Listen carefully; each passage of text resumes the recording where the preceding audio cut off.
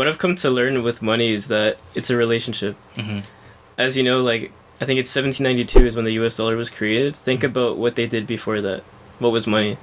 There wasn't really anything. It was maybe coins, you know, bartering with like cows, like, I'll give you chickens for this.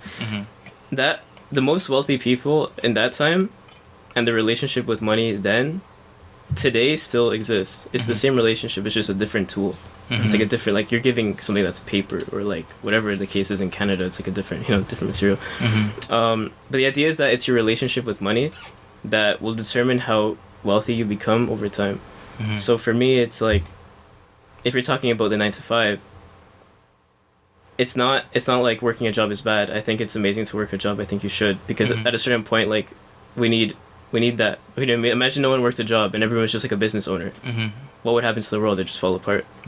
So I think it's what he's trying to say, and what we preach a lot is more of, you know, don't only work that job. Because what happens when, you know, a recession happens? What happens when you lose that job for some unexpected reason, or you just can't work? Then you have no source of income. So it's like, start building a portfolio for yourself where you have these sources of income, so that, you know, if God forbid something happens, then you could, you know, make other money somewhere else. So the idea is that the average millionaire has 7 sources of income, right? That doesn't mean they have 7 jobs. I think that's important to know. They have 7 sources of income, and these could be, you know, in certain financial markets, business, like real estate. It could be a job. It could be, you know, like so many sources of income. Like, so maybe someone's a YouTuber. They probably have other businesses on the side. So I think the idea is just that create something for yourself, so that you could live a lifestyle on your terms.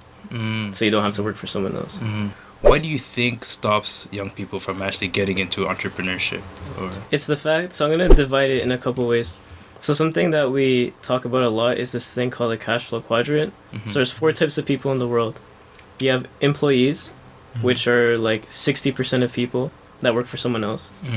You have self-employed, which are 35%. Like, you know what I mean? Like, you can be like a photographer, you can be a makeup artist, whatever, but like, you're self-employed, barber. That's 95% of people on the left side. Now the right side, we start looking at entrepreneurship. It's business owners, who are 4%, and then the 1% are investors.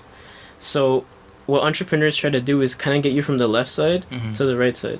So going from the employee, self-employed, to business / investor. An investor doesn't have to be in the financial markets. It could be investing in yourself. So entrepreneurship is a game of constantly learning. You're building sources of income. You're doing things that are different.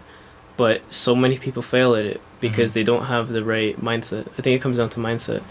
People, I think, don't go into it because it's not safe, so to speak. It's not conventional. Imagine telling like your parents, like, "Oh, my career is I'm gonna be an entrepreneur." As a high school student, they'd be like, "No, go to school." Most likely, it's you don't need to go to school to be an entrepreneur. So it's something even weirder that like you don't have to go to school to do that. And I think that's fear. It comes down to fear. And something I said in that Insta story that I think you told me about earlier, people don't pursue what they love a lot of the time because they're scared. Because of fear of what people will think of them, fear of what they'll think of themselves, fear of what if this doesn't work. That's all negative energy, right? And obviously it's easy to be scared, but fear will kill more dreams than failure ever will. What do you think about that? The most successful people in the world have failed like a bunch of times.